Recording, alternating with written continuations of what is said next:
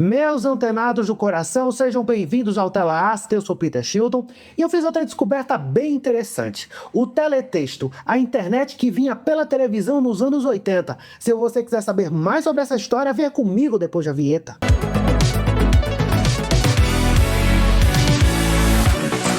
Uber, WhatsApp, matrícula nas universidades, exames online, compras, enfim. Tudo isso faz parte do nosso dia a dia relativamente recente. Mas muitos de nós nos lembramos como a vida era muito mais difícil nos anos 80 e 90. Pois bem, e se eu disser para você que já naquela época tínhamos pessoas que desfrutavam de todas essas tecnologias em outros lugares do mundo? Pois bem, eu vos apresento uma dupla, teletexto e videotexto. E elas começaram graças ao esforço de técnicos da BBC, que no final dos anos 60 estavam estudando uma maneira de criar legendagem oculta, o famoso closed caption. Eles descobriram que no canal de transmissão analógico existia um espaço chamado intervalo de vertical, que é aquela faixa preta entre um quadro e outro de cada imagem.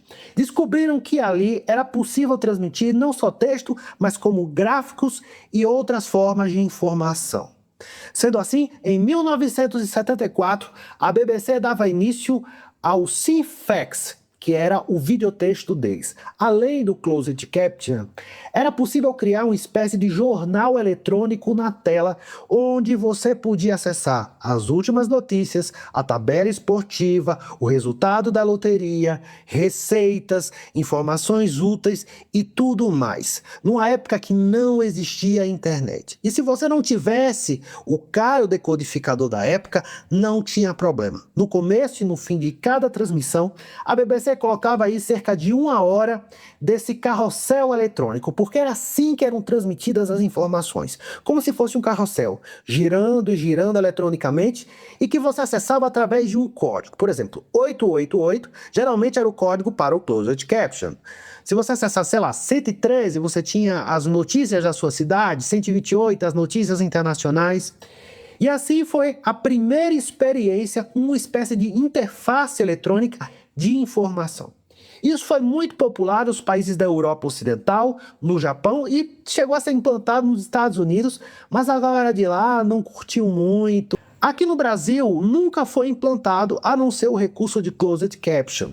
A Rede Globo sim chegou a fazer um teste experimental junto com a RBS Porto Alegre por volta de 1984, 85, mas que infelizmente não deu certo. Mas o serviço tinha sim as suas limitações. Isso porque você só poderia acessar aquilo que era transmitido por cada emissora. E durante o período que ela transmitir. Por exemplo, se eu quisesse ver uma receita e só tivesse tirado do ar, eu não teria como voltar atrás. Muito embora que a Philips chegou a lançar no mercado um televisor que imprimia essas páginas. Então você poderia salvar uma informação interessante ou alguma receita. Mas os técnicos franceses deram um passo além e adicionaram interatividade a esse serviço.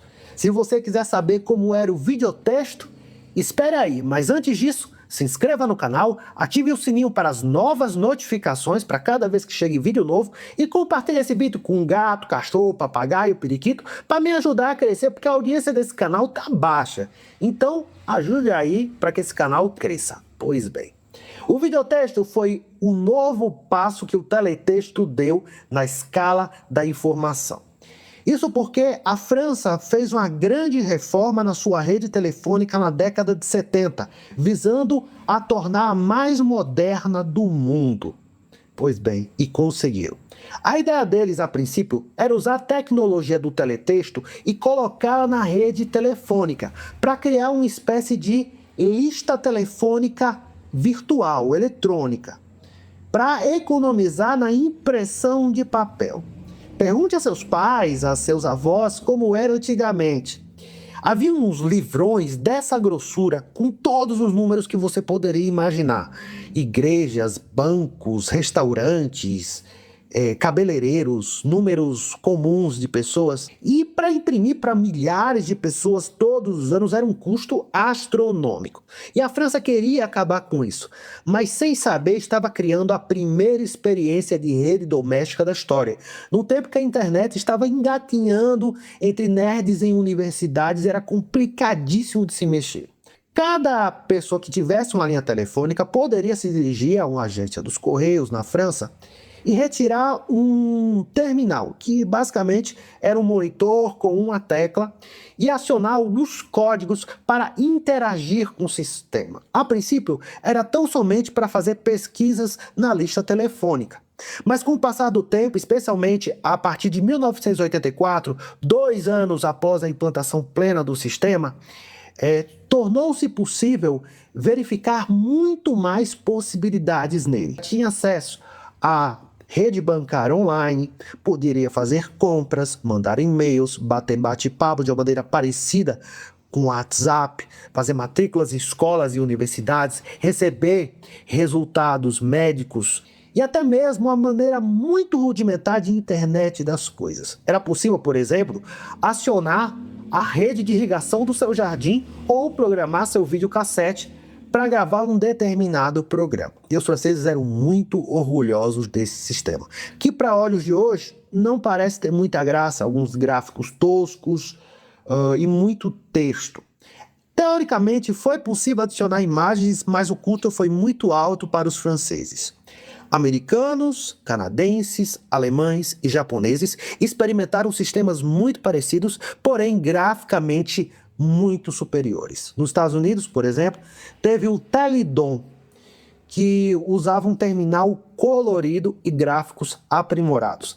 Enquanto os franceses só conseguiam até 16 cores, os americanos conseguiam em torno de 3 ou 4 mil cores. O sistema não deu certo. Na Alemanha se foi tentado o BTX, que também era muito sofisticado, até o terminal era muito bonito. E no Japão foi um mais avançado ainda, o Captain, que conseguia gerar imagens em baixa resolução, gráficos muito avançados e até alguns sistemas de som polifônicos. Uma verdadeira loucura para os anos 80. Mas nem na Alemanha, nem no Canadá, nem nos Estados Unidos e nem no Japão, os sistemas decolaram e até hoje permanecem relativamente desconhecidos. Enquanto a França, o sistema era de uso generalizado. Ele funcionou de 1982 a 2012 e até hoje deixa muitos franceses com saudades. Isso porque a França, em determinado momento, estava na vanguarda tecnológica. E o Brasil teve seu videotexto? Teve sim, e por muito pouco ele não foi bem sucedido por essas bandas. Ali por volta de 83, 84, a Telesp implantou o sistema VTX, que era o nosso videotexto, graficamente muito parecido ao sistema francês. Só que aqui, como na Alemanha e no Japão, se eu não me engano, você tinha que alugar ou comprar um terminal, que via o monitor e o teclado. Isso afastou muitas pessoas interessadas. O sistema até foi bem usado por grandes empresas, como Mesbla, MAP, que usavam o sistema para verificar se você estava no SPC ou Serasa. Também tribunais eleitorais usaram o sistema. Ainda teve usuários comuns, em torno de 55 mil em todo o país. Mas não ganhou a envergadura, por exemplo, que ganhou na França. O que é uma pena. Imagina todos nós termos os recursos avançados que os franceses desfrutavam e que só podemos ter em larga escala nos últimos 10 ou 20 anos. O videotexto, que era oferecido pela rede telefônica, foi descontinuada em novembro de 2003, sem grandes alardes, apenas com uma notinha de jornal. Mas eu quero saber de vocês o que vocês acharam do assunto. Comenta aqui embaixo. Muito obrigado pela sua audiência, pela sua paciência e até a próxima.